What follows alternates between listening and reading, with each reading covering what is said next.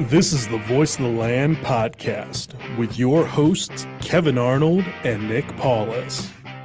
What's going on, everybody? Welcome on in to another edition of the Voice of the Land here on the Big Play Network and partnered with LPV Productions. We are presented to you by Vector Technical, the right person, the right job at the first time. We're going to get that right every single time. There we go. I'm going to try. It's the right person, the right job, the first time. And DP Construction LLC. Reach out to them for all your concrete construction needs. Reach out to Tyler Lafrada at gmail.com. We got a lot to get into on tonight's show. Of course, the schedule came out, and Paulus is all excited to go through his schedule game for you. I will not be. I made the decision to stick with that. Can't stand the schedule game. We'll get into why a little bit later on. And, of course, rookie camp was going on this past weekend as well. We got to see Greg Newsome II, Jeremiah Owusu-Koramoah, and Anthony Schwartz, and all the rest of the rookies except for one, Tony Fields, who is a linebacker from West Virginia, hurt his foot, so we'll talk about that. Indians, still wondering, who are you? Because we still do not know. Each week, Sunday night, whether they go undefeated on Sundays or not, after today's game in Seattle, as it is ongoing, we know one thing is for sure. We still don't know who the Cleveland Indians 2021 are, and the Cavs season comes to a merciful end in Brooklyn, New York tonight as well. So much to get into, a fun topic to end the show. Of course, I am one of your hosts, Kevin Arnold. Alongside me, as always, my brother, Nick Paulus, and our producer extraordinaire, Peter Tella. And Paulus, schedule game, man. Why is it such a big thing? That's where I want to start. Why is the schedule game such a big thing for so many people? It gives us hope. You know, it gives us hope. It gives us promise. It basically lets you know that the season's coming. And most years, you know, obviously, you know, we'll go through the schedule, you know, here in a second, but most years, a lot of people will be like, oh, you know, that's a win. I don't know about that one. You know, that's a tough game. Honestly, all these games are winnable. And that's like the first time that I can actually say that, you know, and be truthful, you know, about the matter, because the way that I look at it is that you do have a top three, you know, talented team here in the league. You have the coach of the year. You have a quarterback that's ascending. You have a lot of things going for you. And that's a great thing to have here for us. And we're such a young team that I don't think that we're going to stumble, because if we would have stumbled, like now we stumbled coming out of the gates last year. And you could say that's because of COVID. You could say that's because Kevin Stefanski's first game. I think the game was like 35-7 in Baltimore. Yeah, it was ugly. It was pretty bad. Ugly. It was pretty bad, but we bounced back with a win against Cincinnati. And then, you know, the season went from there. Maybe we might start off the same sort of way. I don't know. We have KC, which was like the big, you know, matchup reveal here for us. And I'm all for it. I think that you absolutely have a chance to win that game. Now it is at Arrowhead, so be careful. Yeah. But, you know, it is a winnable game. So I don't want to say that, oh, you know, chalk it up as an L, you know, just because, yeah, it is, you know, it is what it is. Yeah. But and once again, we're going to hop in the schedule here for us here in a second, but and we'll break down all of them then. So yeah, but what about you? What do you think? I know you don't like the schedule game, and I get it, but like, where are you at with it? Here's the thing about the schedule game. It's just like draft grades right after a draft. Sure. Nothing has happened. These guys haven't done anything on the field at a professional level. We are basing it all those grades are based on what they've done in college. I mean, that's all you can. Like, if you're going to give a grade, that's all you have available to you. So I'm not saying that it's wrong to look at it when a guy hasn't played a professional game, because if you want to give an immediate draft grade, you have to go based on what you project them to be as a pro. It's just, they also always tell you, well, these draft grades don't mean anything because this class will be determined in 3 years. I was going to say 3 to 5 years is like that time frame where you're like, okay, now we can officially grade it. They always quantify it that way. So they're kind of giving themselves an out. Like, if my grade is wrong because like I gave the Browns a D+, but These guys are, pretty Someone good. comes out and like plays Pro Bowl level. Yeah. Right. You get them up to like a B+, A- by the time they've had a few years in the professionals. Oh, well, I told you it takes 3 years. I was just doing my job right after the draft. There has to be some content out there, and that's the reason for pushing that sort of stuff. It's content for just content's sake, and not, of course, to me, it's not quality content. I get why other people think it's quality. So I'm not going to like really rip into people that are all about immediate draft grades or doing the schedule game. It's just not for me personally. The schedule game, you're giving an immediate reaction. You already knew who the opponents were going to be. You always know that going into the next year, but when are you going to face them? What time? How many primetime games you're going to get? Where's that bye week come in? How can that kind of help you or hurt you? Browns have a later one. They had it halfway through the year last year. This year, one of the later bye weeks for a lot of people. So they're going to be going, boom, boom, boom, 12 weeks straight, I believe, 12 to 13 weeks straight of NFL football, and a lot of still 1:00 games, but you don't know, there could be a surprise cut from a team, and another team that you're facing picks them up. That could be key to how they may progress, or the unfortunate side of football, the injuries that may happen amongst rosters around the NFL during training camp or during the offseason workouts.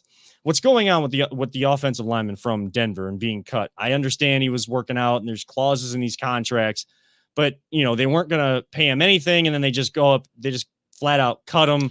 And there's like no protection for these players because he was doing a workout that the team kind of designated, like, this is what's going to help you since we're doing voluntary workouts, and all the players are saying they're not coming in the building. So this is what will help you. Yeah. And for, just to get that out there, that offensive lineman, that sucks. That absolutely sucks. I wish I could say, like, the Broncos are allowed to do what they're allowed to do. It's a dirty move. It is. It's to tell the guy, like, hey, just come in, play here. Had he torn the ACL there, he'd still get that $10 million or whatever it was. Right. It's unfortunate that it was elsewhere. It's a dirty move. It's a dirty legal move. But you can get away with because what they're allowed to do and what's in the contract. Now it's going to be interesting what happens because the players they're trying to boycott. That's the reason for this whole thing. Yeah, they're trying to boycott that. JC Tretter is the league president, for the players here for us. It's interesting to see what they're going to try and do for that guy. And then anyone else that gets injured, from here on out. Yeah. But it's a dirty move by the Broncos, but it's a legal one. And that sucks. It sucks for the guy. It really does. Yeah. But there's other injuries that we've just seen it so many times. There's other injuries around the league, and one guy does not define a 53-man roster, but losing one player on certain rosters can have a major impact on how they have to adjust and prepare for the upcoming season, or what kind of scheme, what kind of plays they're allowed to run or they can run. Well, and here's the thing. At least he wasn't popping wheelies in a parking lot. That's true. Well, either way, I mean, this guy was doing his due diligence. Yes. It's not like he could have just sat his fat ass on the couch and just been like, hey, whenever we got to go to practice, I'll be there. And he would have got his $10 million. The guy was working out. He was doing what he was supposed to be doing in the off season. He was doing everything right. The issue is that it was at some other facility and not the Broncos facility. And it's because the players are trying to revolt right now. And I get what they're saying. Right. They're saying that, hey, we didn't do any of this last year, and we had the least amount of injuries last year compared to any other year that we've been playing over the last 10 or 15 years. Like, concussions were down by 30 or 40%. A lot of issues, bones, muscle tears, everything like that. All of that was down, and they're saying it's because of the mini camp stuff. Right. I get it. I don't know if that's all it was, but I mean, the players think that. That's what the players think. It's a dirty, like we said, it's a dirty legal move though. But it's a microcosm of the bigger picture. Again, a lot of people they want to play the schedule game. If that's why I don't bet, because I don't have any faith in my, just my first instinct, at least in terms of who's going to win this game, who's going to win that game. When it's May, we got a long way to go to September. You know, what is this team? What is this team's identity going to be this year? Because you may try to mimic last season or find pieces of last season to filter into this year, but every year is different, and you're going to have to find other pieces of your identity. So I just take it one game at a time. I'm Coach Kev, I'm all on that. I'm putting in the work now. I'm not even, not ready to play a game just yet. We're putting in the work day to day. And once we get to week 1 against Kansas City at Arrowhead, 4:25 on CBS, we'll be ready to play. And that's the only game that matters at that point. So, maybe ask my prediction at that time. We'll see if I'm more on the prediction game by the time that we'll goes. Get you there. Hold this tape. I just said I may make some predictions this year. Go. If I don't, by all means, call me out, hold me to it. So playing the schedule game. Yeah. I saw one of the records that you put out there for a little bit of fun. How do you see this season going there, Paulus? Oh, 17-0. 17-0. 17-0, baby. Come on. Like I said, we have a realistic chance to beat everyone on the schedule. And if you beat KC at KC, that's your toughest matchup right there. Yeah. That's it. I mean, that's how the season's going to start. Yeah. As just reading some messages from our Peter's trying to trying to be secret over here. It's on the sly, and he's doing his best. I don't know if the pen was working necessarily for you. So we are going to hit a break here in just a couple moments, but we're going to go through at least the first few games, maybe the first 8 here. Sure. Okay. Because, Paulus, you do have a realistic, because we are the voice of reason. We're the voice of the land. We try to take a realistic look as the deep-rooted Browns fans and Cleveland fans that we are. We still try to take our bias out of it. No doubt. Give everybody perspective.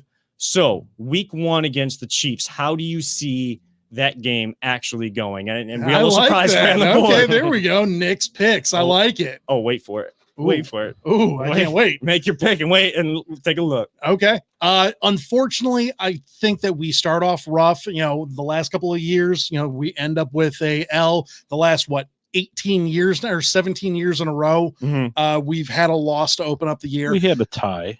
You know what? You're right. We do. I'm holding on to that tie. We do have the one tie. Thank you, Ty Rod. There. I was a witness. I was there. Yeah. Downpour. It was terrible. It was disgusting. But so let me. I will say, until they prove me wrong, I will not bet on the Browns opening weekend. Just for that.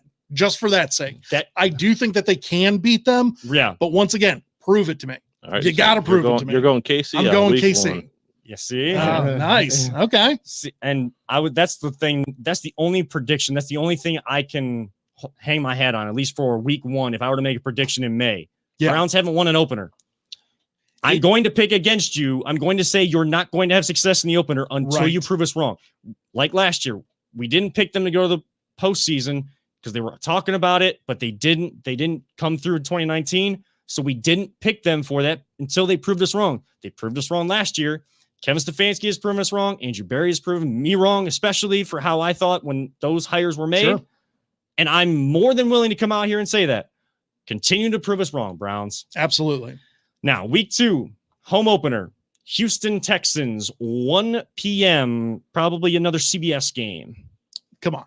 It's a W. I mean, the Houston Texans are the worst. There we go. The Houston Texans are the worst team in the NFL right now. No Deshaun Watson. They have no direction whatsoever. I don't even know who their coach is. Like he has been, I don't even know who they are. No. So yeah, it's going to be the Browns, and Browns by, if they're not favored by 17 points, that would blow my mind. So Browns for sure. And I think right now, after the first couple of games, so we're 1-1 through week 2 on Paulus's record.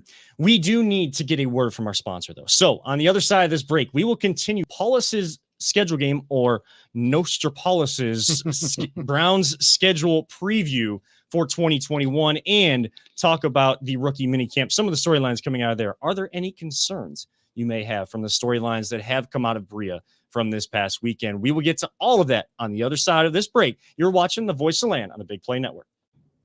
Whether you're looking to hire new talent or start a new career, Vector Technical has you covered. Vector Technical is a 28-year-old staffing firm that has helped thousands of job seekers advance in their career with reputable partners throughout Northeastern Ohio. Vector Technical is more than just a temp agency. With an above-average hire-in rate of 1 in 4 candidates, Vector works hard to connect the right person with the right opportunity the first time. Vector Technical hires for skilled manufacturing and light industrial work and is sure to have a career that you've been looking for.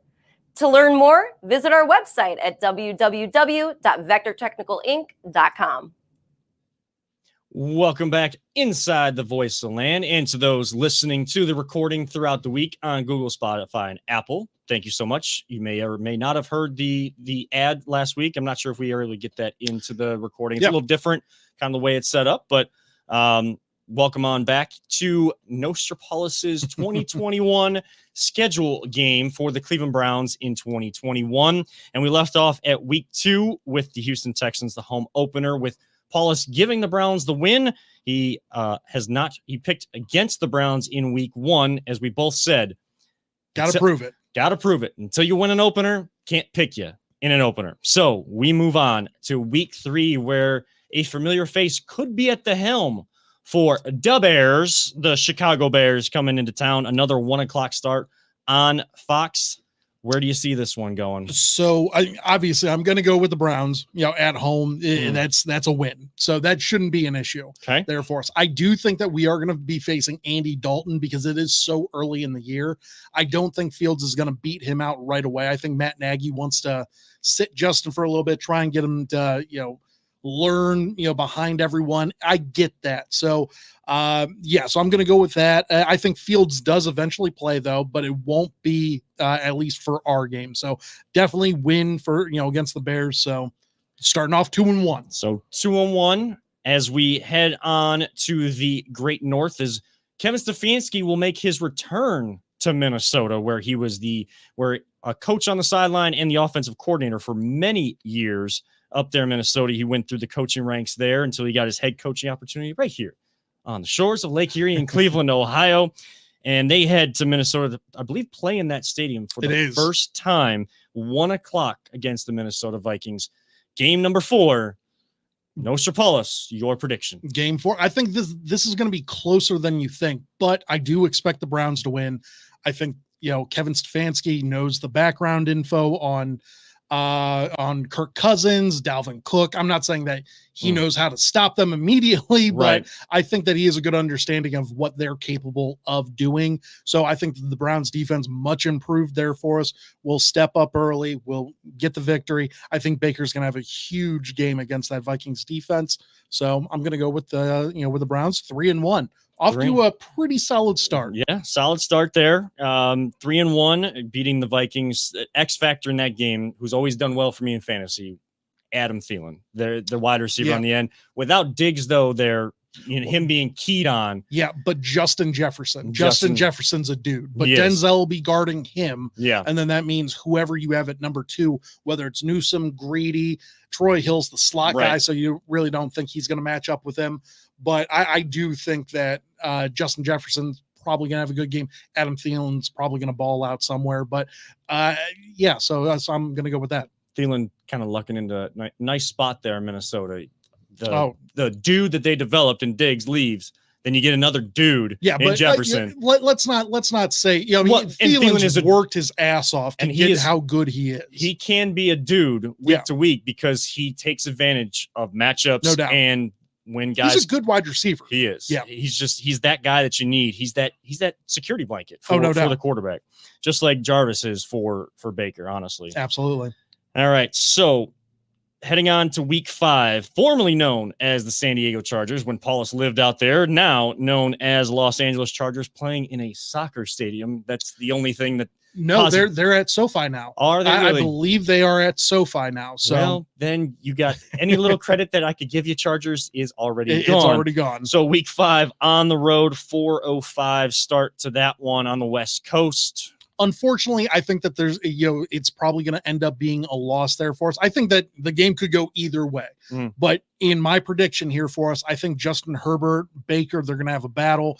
Basically, whoever has the ball last. I just unfortunately think that I don't think that they're going to go 4-1, to start off the year. So I threw in a loss. So Justin Herbert, no flash in the pan, correct? No, Justin Herbert he's a dude. I didn't expect that out of him last year. Because I saw a couple of his Oregon games, I was not impressed. Like he had he showed flashes, and he was highly touted the year before. Right. Last year, he definitely lowered his stock, but he stumbled a little bit. He still had great games, but like whenever it came down to clutch time situations, he never balled. He never balled out. Seemed like something missing. Yeah, there was always something that was missing for it, but now he does have a new coaching staff, so we'll see how that transitions. I just think he's a stud. After watching what he did last year, breaking the rookie touchdown record. Yeah, and right around, I think he had 14 games, so he was ahead of Baker, but not only with the with the passing, but he also had like five or six rushing touchdowns as well. The kid's a baller. Yeah. Well, we move on to Arizona, who we thought was going to be the last game of the year. We thought that additional 17th game, that team was going to be kind of the last game for everybody, but they want to end with divisional games in case there is a divisional race at hand. So Arizona slots in at week number 6 here in Cleveland, but still a 4:25 start. J.J. Watt coming to town. Everybody wanted. Kyler, best friends with Baker, 2 Heisman Trophy winners out of Oklahoma. AJ Green coming back to Ohio. Yep. Oh yeah. They've built that team up there in Arizona. Browns have built their team up. Where does that one fall? So I think that you could flip flop either the Chargers win in a Arizona loss, makes a lot of sense. So like right there, I think that's what it's going to come down to. I think Arizona does have a talented team, but it's at home. I think the Browns are going to be dominant this year at home. So I'm going to go with the win there. I don't know the exact score of the game, but I'm definitely going to go with the win. I think that Baker, Nick Chubb, like our entire offense is going to do just fine against JJ and everyone on that defense. So they go back-to-back home games, moving on to week 7. So I believe through 6 weeks, they are 4-2. They for are. Your record. Am I correct in saying that? You are 4-2. The only losses, KC and the Chargers. And then flip-flopping possibly with the Cardinals, that long trip out west. And then coming back, different practice schedule, just slight adjustments to the body clock for that.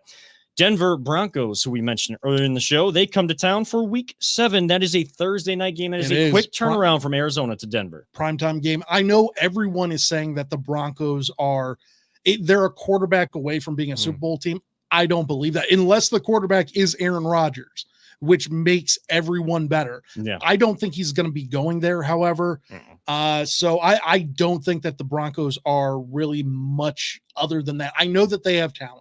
I'm not saying that they don't. I like Jerry Jeudy a lot as a wide receiver there. I think Devontae Williams was the best running back in the draft. I got a lot of pushback on that. Everyone thinks Najee Harris, Travis Etienne. I get those guys, but I'm telling you right now, Javonte Williams is Nick Chubb 2.0. He is a stud. So I think he could do really well there.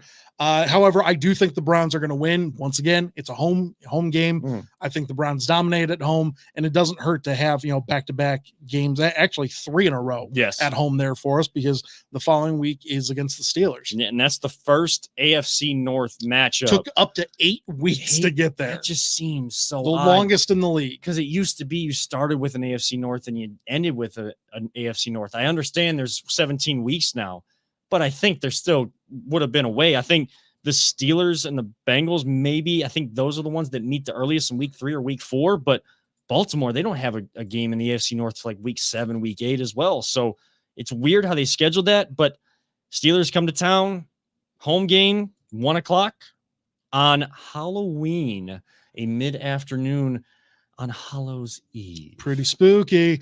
No, I think the Browns are going to win that. Yeah. I think the Browns are definitely going to win that game. I'm not too concerned about that. Once again, if we got the Steelers early, maybe you could see something, because Big Ben is always better early in the year. Yeah. You saw him fade. Obviously, we all saw him fade out real bad towards the end of the year. This is going to be halfway through the year. I believe they have their bye week. I want to say it's week 7. So they're coming off a bye in order to play us. However, I do still feel very confident because it's a home team, and against the Steelers nowadays, we don't lose at home. By the way, we've been kicking their ass away as well. So, but I do like our chances here. So I'm going to go with the win as well. And the highlights that are going to run all week leading into that game from that playoff game, starting off with the snap. With the snap over Ben's head. That's where the highlights will start with that one. We'll start rattling a few of these off a little bit quicker as we are up against a break coming up here very soon. Cincinnati Bengals away. That'll be the first away game in the AFC North. Go back-to-back AFC North games. Baker owns the Bengals every single year. We beat them. So yeah, I think he has one loss against them. So he's like he 1-5 against the Bengals. So I think we're safe there. Okay. Joe Burrow, as long as he gets protected, he's going to have a nice second year and he comes off that injury. No doubt. Yes, that offensive line, question marks abound there in Cincinnati. Yep. We also, in week 10, then head to Patriot country up there in New England against Bill Belichick, Cam Newton, or Mac Jones. At this point in time, I think it is going to be Mac. I don't think that Cam is – now, it's not to say that Cam won't be able to come back. Cam had such a terrible year last year that I think that he will put forth of a comeback here for us. But I could see Mac Jones balling out in the preseason, maybe possibly getting the opportunity. I know Bill would much rather have him sit. Yeah, but depending on the way Cam looks, we'll go from there. However, I do think that their defense is much improved. I think that their entire talent there is much improved, and it is going to be in New England here for us. So at Foxborough, I am just going to say that there's going to be a loss because I don't think you can win every game. You're going to have down games somewhere, but that's where it is. And Cam and Bill always seem it just seems like a weird pairing to me. I just never. It's a different pairing, but I understand it because they're both great at something. Yeah. They both have their knowledge of football. Cam is excellent. I don't care what anyone says. He is the greatest athlete to ever play the position of quarterback. He just is. Yeah. Now he is broken down a little bit now that I believe he's 31 or 32, but so he still has something in there. I think that he could show out then. If they can find something this year and be puzzle pieces actually fit together and not the ones that you force together because you're so frustrated by the 6 hours doing a freaking puzzle. Week 11, the Battle of the Barge, as we talked about last week. Detroit. Move on. It's a win. Are they going to bite our kneecaps off? Absolutely. This team might be three and what? That would put them at what? 3 and 14. Yeah. Yeah. Such a weird number now. But yeah, they might be 3 and 14. That's going to be a bad team. I however, do think that the Houston team, I believe that they could go, winless. That without Deshaun, you might go winless. But yeah, so win. Come on.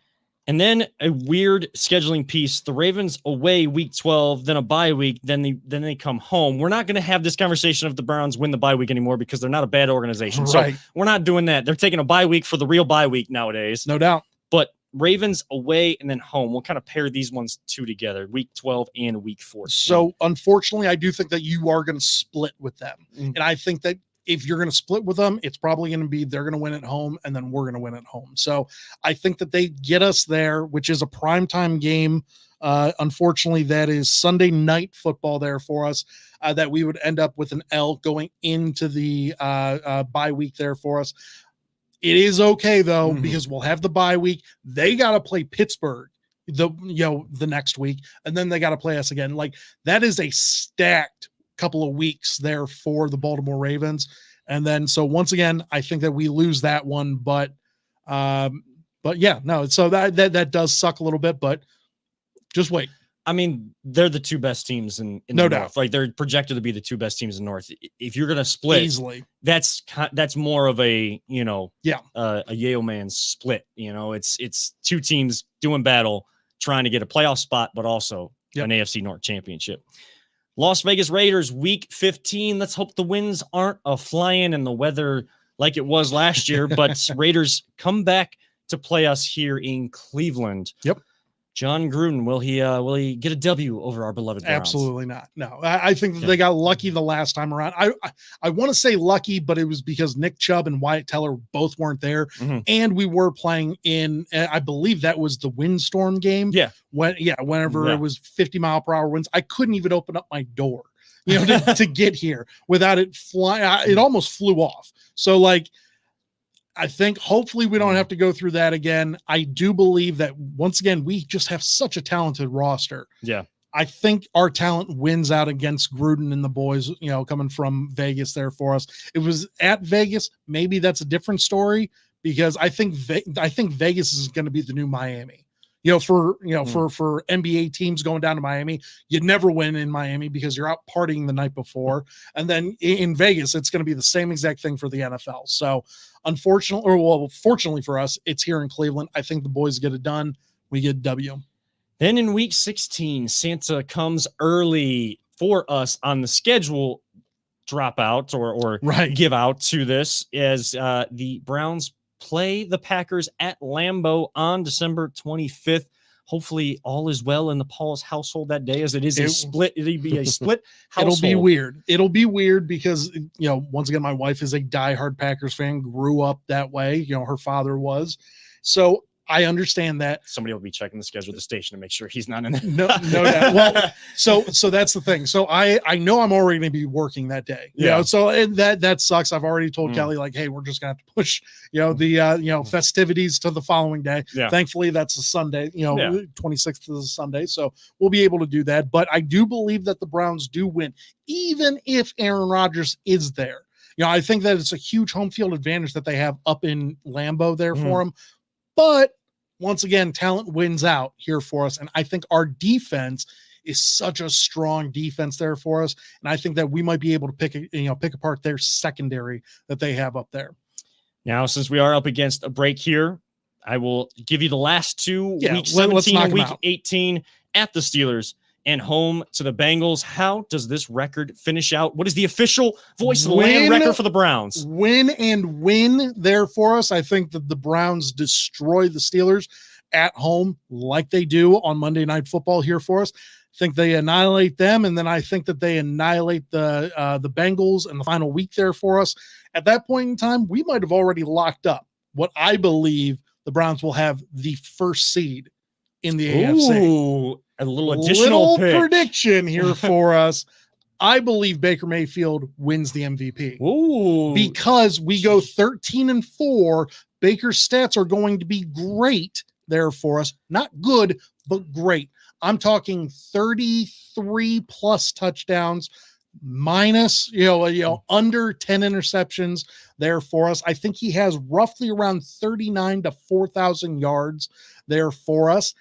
And once again, you win the AFC. I think it's a lock. If the Browns win the AFC, it's donezo. I guarantee you he wins the MVP. So let us know your thoughts at VTL_pod. Our official VTL 2021 record for the Cleveland Browns, thanks to our own Nick Paulus, is 13-4 with additional picks of being number one in the AFC and Baker being MVP. Just remember, though, if those are wrong, reach out and tell us why we were wrong at CLE_Paulus. We do have to catch a break real quick for our sponsors, of course, and a special word on where you can get your Voice of Land gear on the other side. We will quickly dive into some Browns rookie minicamp storylines and look and see what's ahead for your Cleveland Indians and your Cleveland Cavaliers offseason. We'll be right back here on the Big Play Network. Are you struggling to hire the right talent or maybe even find the right career? Vector Technical makes it easy. Since 1992, Vector has provided Ohio employers with a reliable process for hiring and have helped thousands of job seekers advance in their careers. Vector Technical is more than just a temp agency. We invest time to get to know each client and candidate personally. Vector places people in job opportunities that they are truly excited about. Interested in learning more? Visit our website at www.vectortechnicalinc.com to see a full list of our current job opportunities and to find out what Vector Technical can offer you.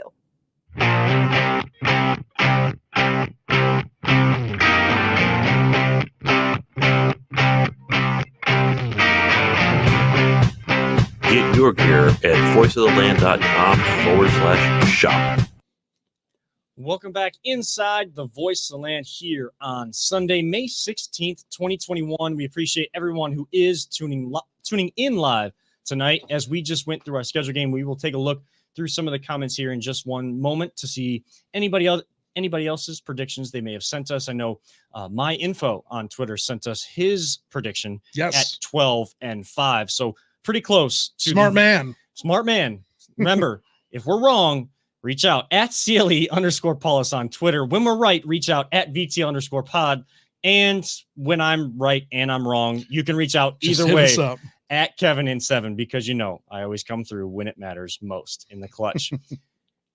But Browns rookie minicamp, it's kind of, looking at the season ahead, we're making these predictions on maybe some of the impact that these guys will have later on in the season. It's not, we need them to be our savior right away. Guys like Greg Newsome II, JOK, Jeremiah Owusu-Koramoah, Anthony Schwartz, guys like that, we don't need them to be our saviors, and they can actually develop. So the coaches who actually outnumbered the rookies in the rookie mini Isn't that weird? It is. It's weird. It's a great feeling though, because you know that you're a loaded roster. Right. Because the players that you really want in the building, they're not rookies. So they have NFL experience, and they have proven themselves, and it's time to do it again as you go through this offseason leading up to that game at Kansas City in September, I believe on September 12th. Yes, I believe so. Of that month coming up here in 2021. But just some of the storylines that kind of were coming out there. Jeremiah Owusu-Koramoah, JOK seemed to be slender for frame for when the Browns are saying he's going to be a linebacker. Tony Fields, the 5th round pick, hurting his foot before camp even started. Some drops by Schwartz. Greg Newsome II, kind of an up and down first couple days of camp. Is there anything that you are really concerned about hearing from the rookies, or is it just give them time to develop because they don't have to impact us right away? Come on. It was what, 2 days now here for us. So I'm not concerned one bit at all here for us. I think that we're absolutely fine. Tony Fields coming in with an injured foot, that does suck. That does suck. But at least he was, up front and forthcoming with it, and told him like, hey, before I sign this contract, I just want to let you know I hurt my foot. And they're like, okay, well, let's take a look at it. He was fine. They said he's going to be out for a couple of weeks. It's not that big of a deal. JOK being slender. Now, I was a little concerned about that at first, and then it hit me. The guy's like 20 or 21 years old. He's a young guy. He's never been asked to hey, you got to put on this weight or else. He's going to be just fine. He's not eating out of the, commissary at Notre Dame anymore. They're going to fill him up right, in Cleveland, no doubt. Yeah. He's going to church bells ringing. He's going to be eating healthy here in Cleveland. So I'm not too worried about it. I think he's going to be just fine there for us. And then the Anthony Schwartz thing here for me, I get he had a couple of drops, and that was the one thing that everyone was concerned with. But he had a guy, from Ball State throwing him the ball. It wasn't Baker. It's not even Case Keenum. Yeah. You know what? I heard a couple of those balls were a little fluttery as well, which shout out to Ball State quarterback guy, sorry, dude, but you're not Baker. And that's okay. You didn't win the Heisman. Baker did. It's proven Baker has some talent. If he starts dropping them with Baker at the helm, maybe I'll be a little bit more concerned. I think he just needs to hop on the jugs machine a little bit. He'll be fine. He has one thing that you can't teach, and that is speed. Yeah. And that is the one reason why we got him at where we got him, which some people thought it might have been a reach. I don't, because he is now the fastest guy in the NFL. I think you're just fine. Personally, I think so. What do you think? I think you're just fine too. Yeah. Because it's how I started. We shouldn't overreact. It's how this segment started. Yeah. They don't have to come in and impact you right away. People were asking Greg Newsome, oh, do you need to start from day one? He said the perfect line, and yeah, it's cliches, and he cliched it up, and sure. Some people hate when these guys do these cliches in press conferences. I don't mind it. I throw cliches out all the time. But sometimes defense wins championships. That's true. had my share too, but my brain cells, probably, Well, I was not- you got coach speak, so Yeah, I like, do, yeah. like you Coach- are nothing but a cliche. the reason why Paulus and everybody else hates Coach Kev is because Coach cliches come out all the time. That's probably why my soccer teams have hated, like they've hated me from time to time, because the coach speak comes You out. hear it so many times, and you're Yeah. like, how many more times is he gonna say that? Coach Kevin, I thought we were different than that. What are you doing? I don't want to hear that. I heard that from That's right. Glenn. Yeah, right. Whatever. Just no names, please. But yeah, there's cliches, but sometimes cliches are the best answer. And he's right when he says every guy wants to start. That's what you get in the business for. Like, your dream is to go to the NFL. Then it's to start and impact an NFL team to win the ultimate prize in the NFL. Like, those goals still are there for all of these players, but he's going to develop how he needs to and figure out what the Browns are actually asking him to do. It's one thing to see it on paper and to talk to Joe Woods in an office and say, hey, look here, Greg, this is how we're going to use you in our scheme. We're going to put you here in the nickel. We're going to move you all around, get you up in the box sometime, like whatever they're going to do. It's one thing to just hear it. It's another thing to go do it. We say it all the time. It's one thing to talk about it. It's a whole nother ball game to go be about it. Yep. And to go from college to the NFL, there is always a transition period. But these guys are smart enough and talented enough to make the transition and not have to put all the pressure on themselves to know, I got to have this pro thing down, how to be a professional in the National Football League by the time September 12th comes around. They don't necessarily have to. They have to know enough to have an impact in that game if they're asked to come into that game, but not to have all of the impact, because there are so many other guys on this team that they can rely on for leadership, for counseling, for guidance, for leading by example, and just do what you do best and allow that to shine through on the field. That's the beauty of it. Yeah, you don't like to hear that one of your picks came in and he was already hurt before minicamp and he can't participate. Kevin Stefanski didn't seem too up in arms about it. Didn't seem like it was that big of a deal for the injury. You hope Tony Fields gets back and he can have an impact maybe on special teams or something like that. But again, these even the 4th, 5th round guys, those used to be guys that we were relying on as depth and like major impact on the field. They might not even make the team. They may not. Right. And that is what a good team, that's what happens to good teams. You may love a sleeper pick in the 5th round.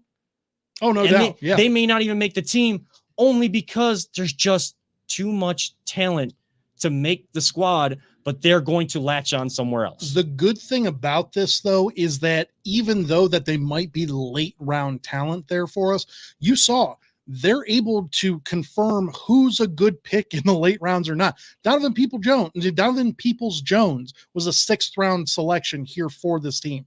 That is something that I am so happy about, that Andrew Berry has such a great eye for talent and understanding of like where these guys are at and, where they could become in their career.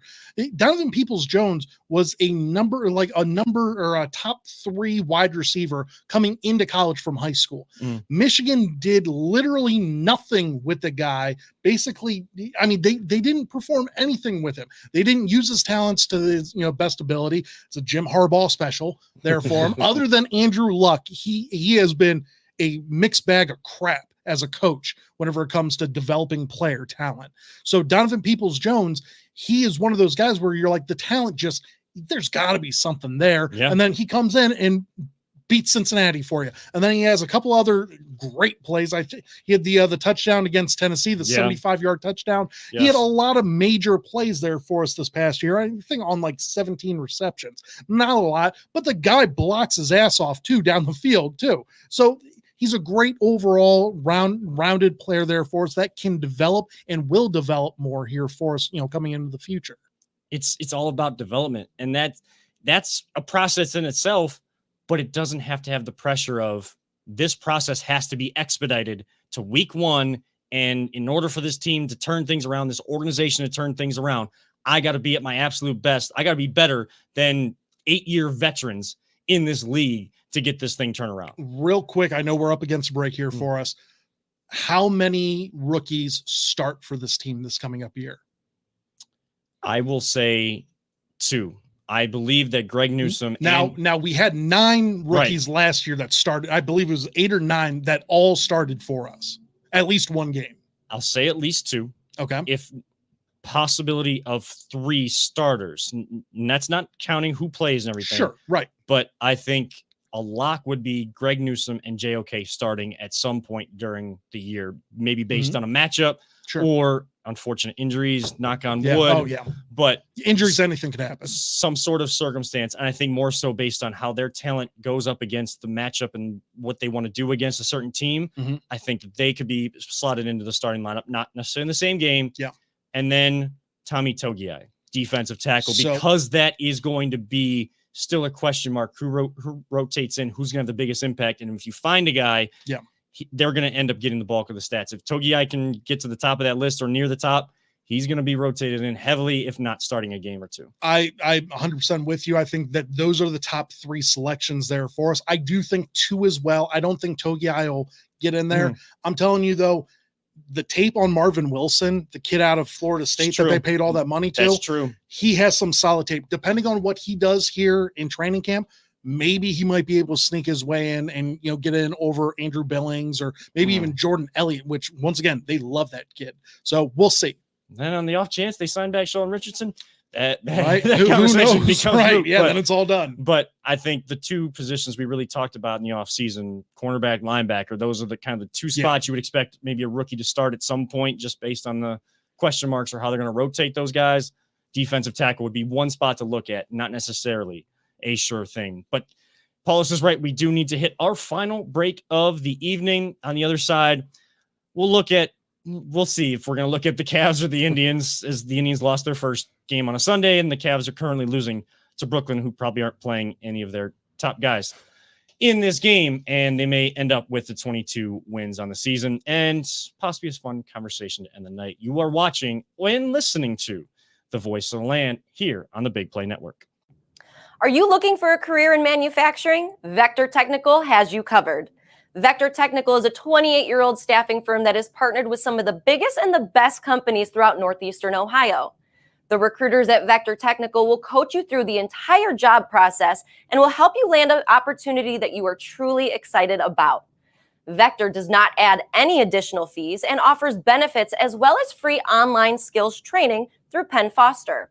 To learn more, visit www.vectortechnicalinc.com and make sure to check out our job board to see a full list of our current opportunities and apply.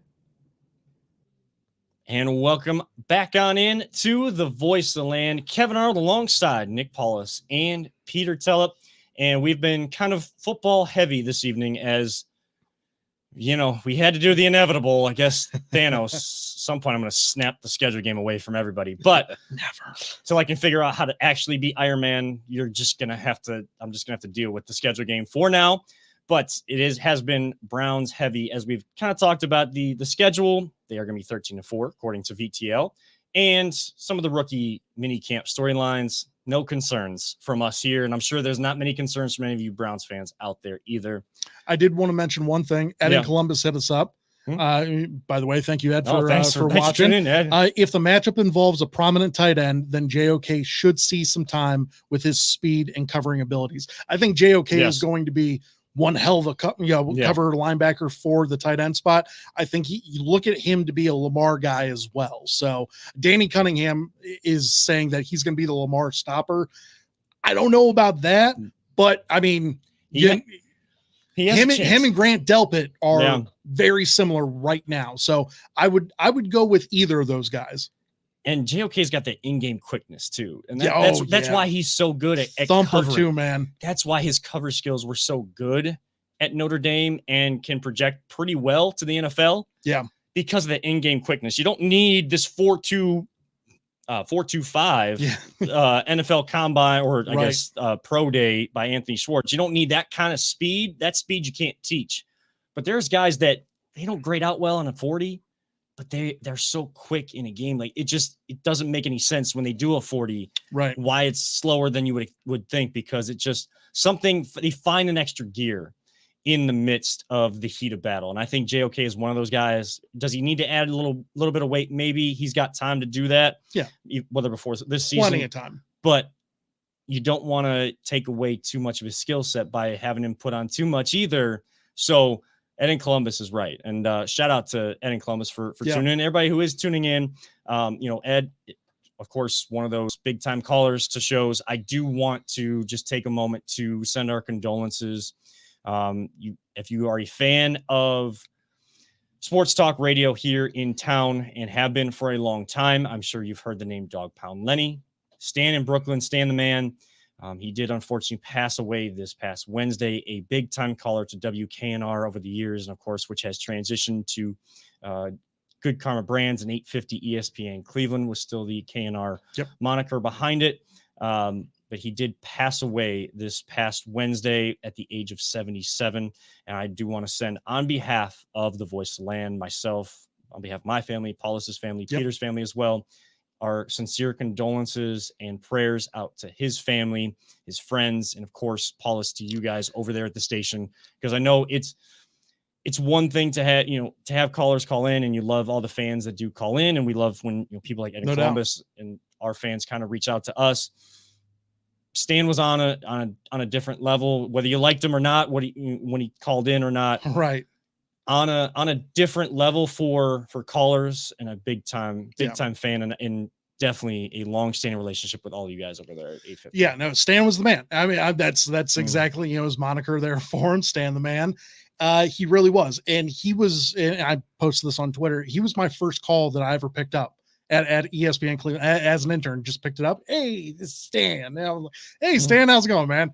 And great guy, great just phenomenal person. In general, I loved his. Every time he'd call in, Aaron would always run him and everything like that. It's always a fun thing between the guys, obviously. But Stan was a great overall person, and I never got to meet the guy, in person there for him. But I think if you listen to Sports Talk Cleveland, here in Cleveland, it doesn't matter what station, he was tuning into all of them. And you heard him everywhere there for us. So tune in tomorrow for RBS, because I'm going to be a producer there for us tomorrow.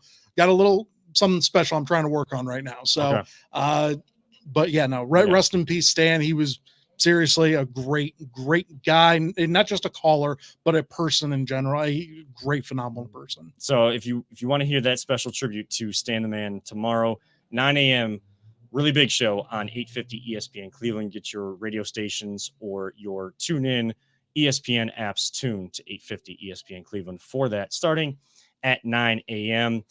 And there are a couple birthday shout outs we need to get to, but we'll do that right at the end of the show. Yeah.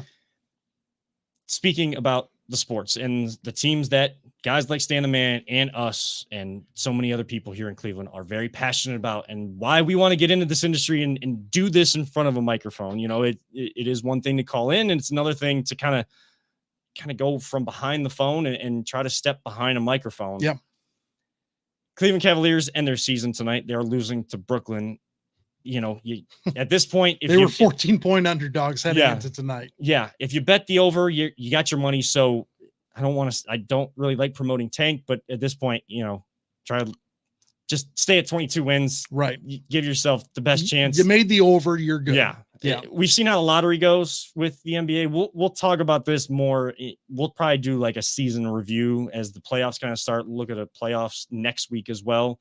So not going to dive into the Cavs too much. Their game is still kind of ongoing. But the Cleveland Indians, lost their third straight game to the Seattle Mariners to close out that series. So the Mariners win the series after the Indians got game one.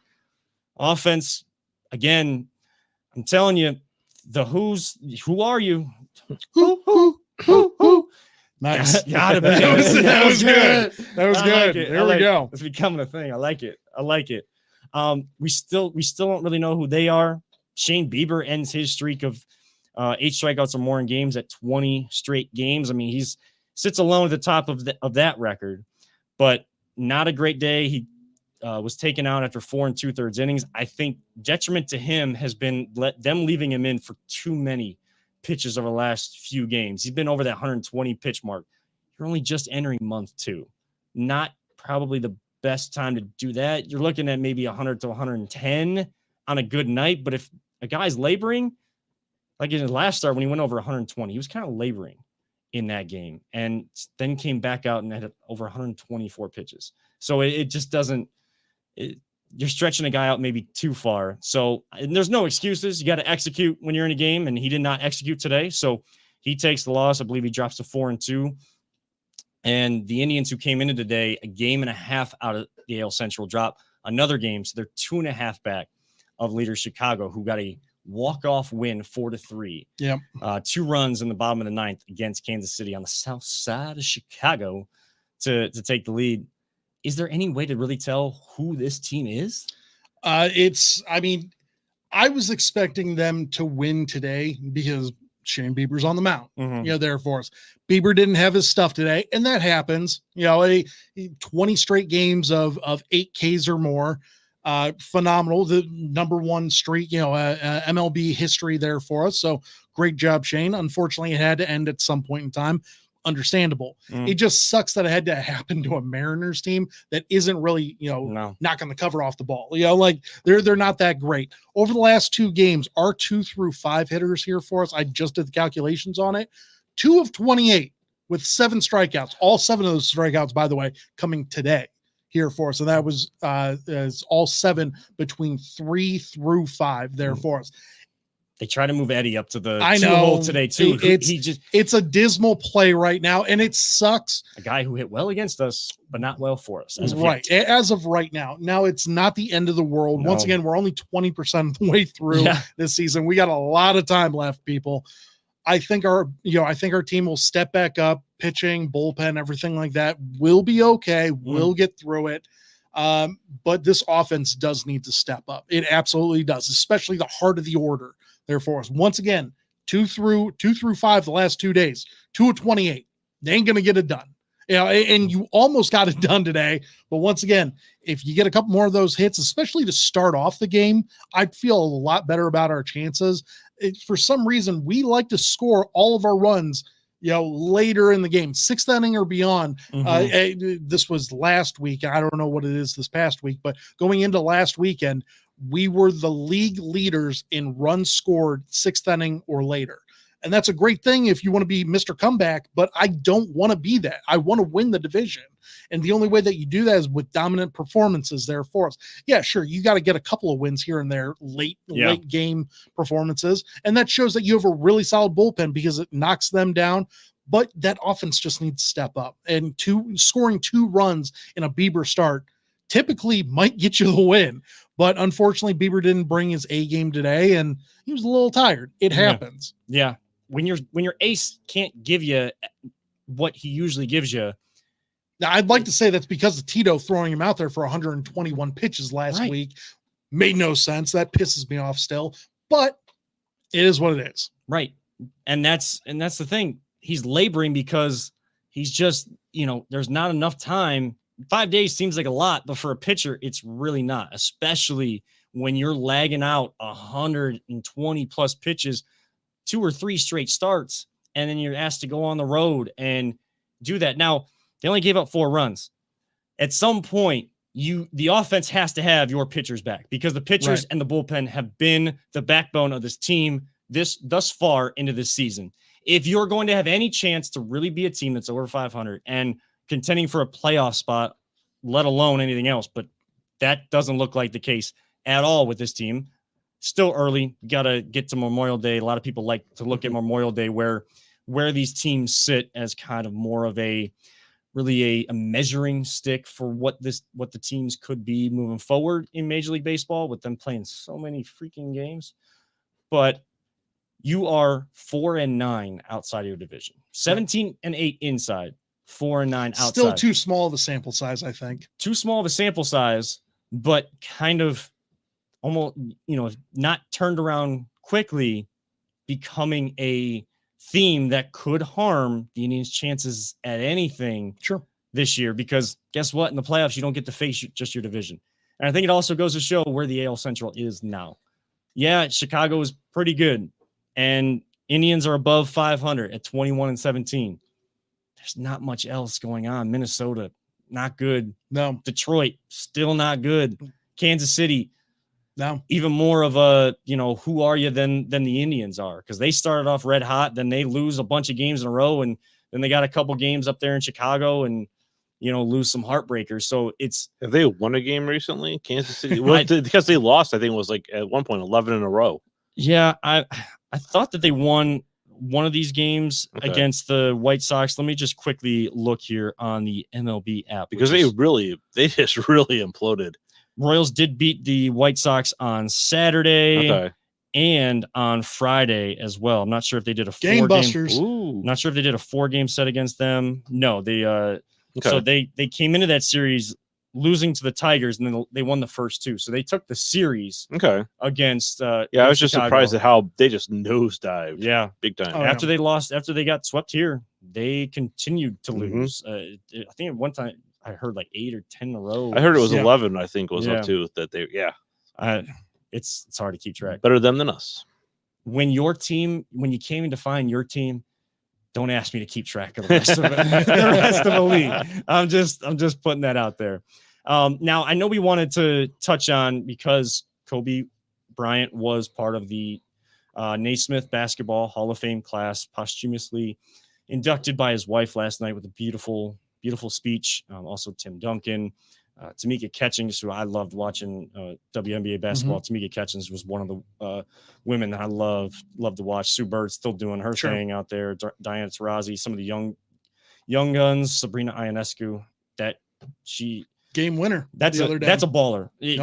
I don't care what level. I don't care. You can put the W in front of the NBA all you want. Right. That's just a straight up baller. And there's more like that, more like her in the WNBA right now.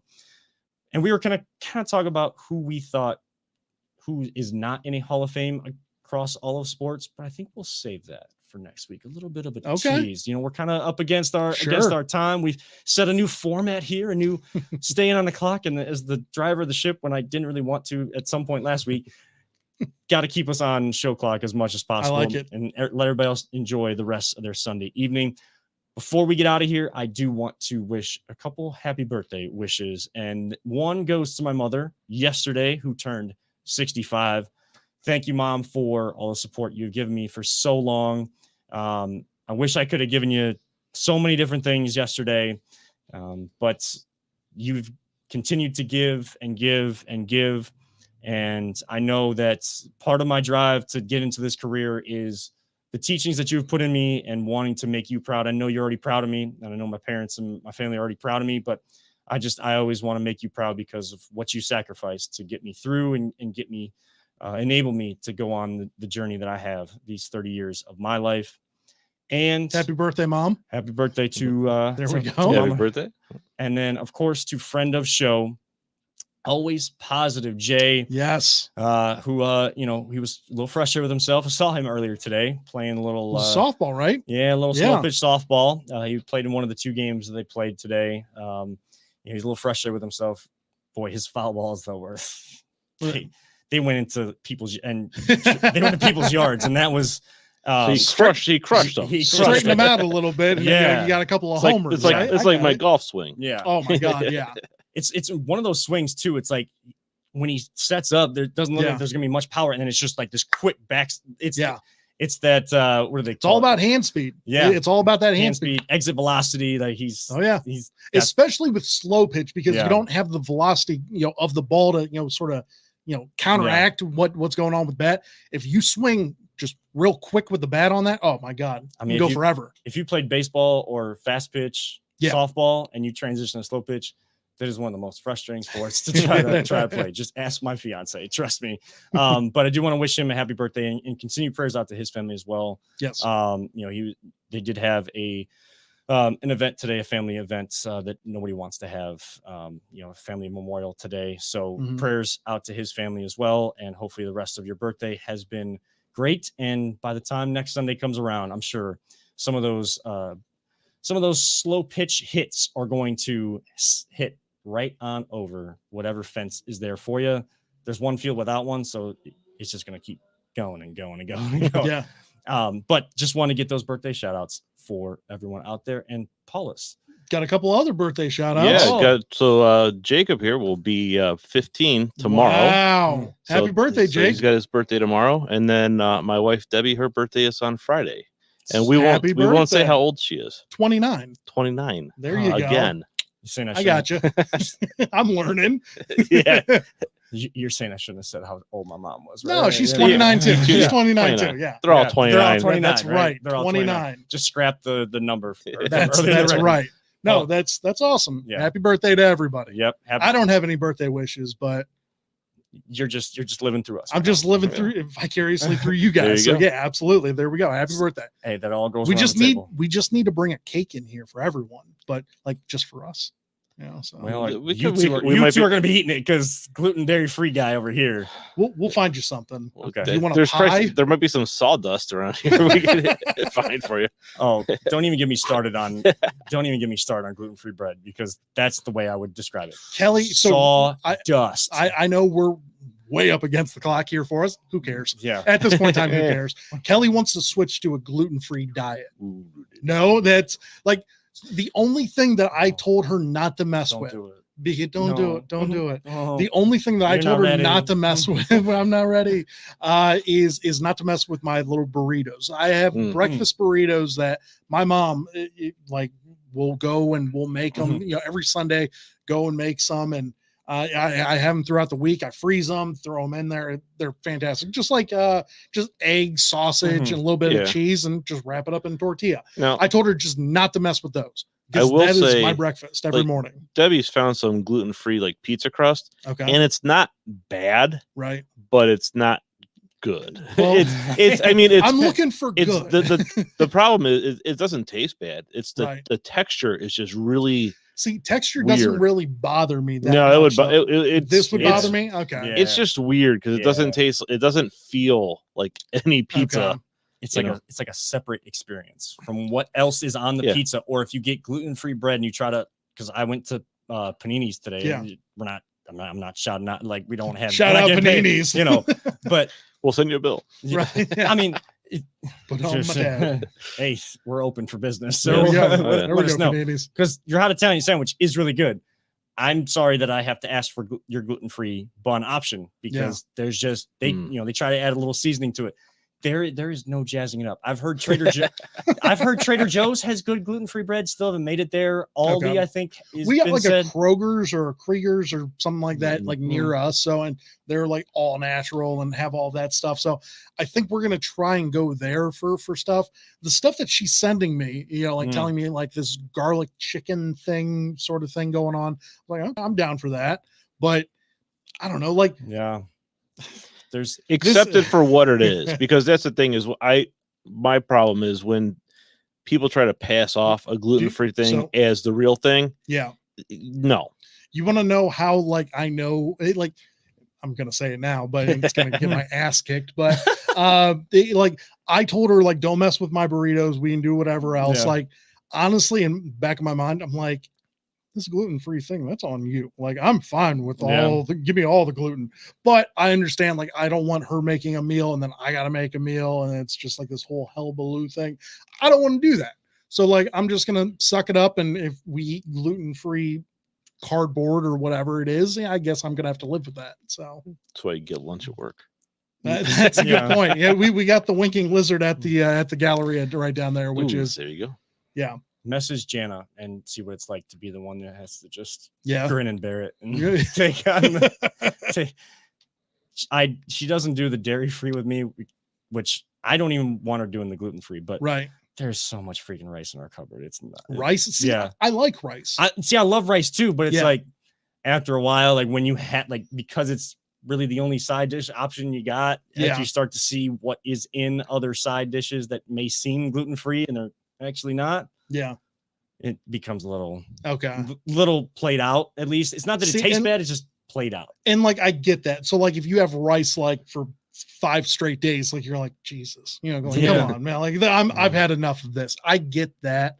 I guess I guarantee you, like by Friday, I'm going to Yeah. want to like Yeah. throw myself off a bridge or Yeah. something, but Yeah. I'll be down 20 pounds. So like, there we go. Well, maybe, who knows? Probably not. 2 days in a row. Oh, we're getting morbid in here.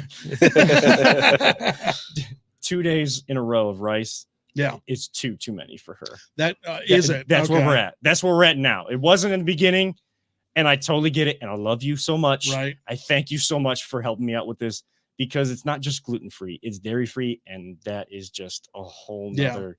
So if anybody's got good recipes that involve gluten-free and dairy-free, and they actually taste good and don't just ruin my experience of eating food, and I don't have to keep eating rice, my DMs are open, sponsorships ready at the waiting, and There I we will have go. the form ready and waiting for you in your email box. Don't worry about it. So, and maybe we'll post this clip throughout the week and maybe get some tips as well, because I'm sure Twitterverse out there will have some Oh, no doubt. some good tips, because I know a lot of people go through one, if not both, of these dietary Restrictions. Yeah, There that's we the go. best way to put it. It's a hell and a nightmare. That's I can only describe it that way. But that is going to wrap it up, as we've gone way over our time. But like Paula said, who cares? We're in charge. It's our show. It's not as bad as it used to be. So for my brother Nick Paulus, prayers to him going gluten-free. And Kelly, if you need any tips, reach out. I can only tell you, Good luck. Just take it a day at a time, and good luck. And for our producer extraordinaire, Peter Telep, happy birthday to the Telep household coming up this week in May. I'm Kevin Arnold, reminding all of you sports fans, don't let anyone ever tell you it's just a game. We love you all. 3,000. Bye.